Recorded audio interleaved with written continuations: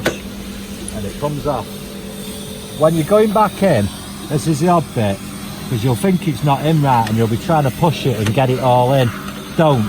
Place it on the runners like that, even though it's off there and it's off there. Click it in, push it back, and you can see it pulls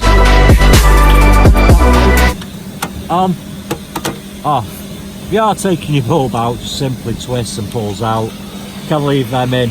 If you're actually taking these and swapping them, always use the clip side. So when it's going back in, small clip, small hole, big hole. Make sure you get it that way around. Click it in.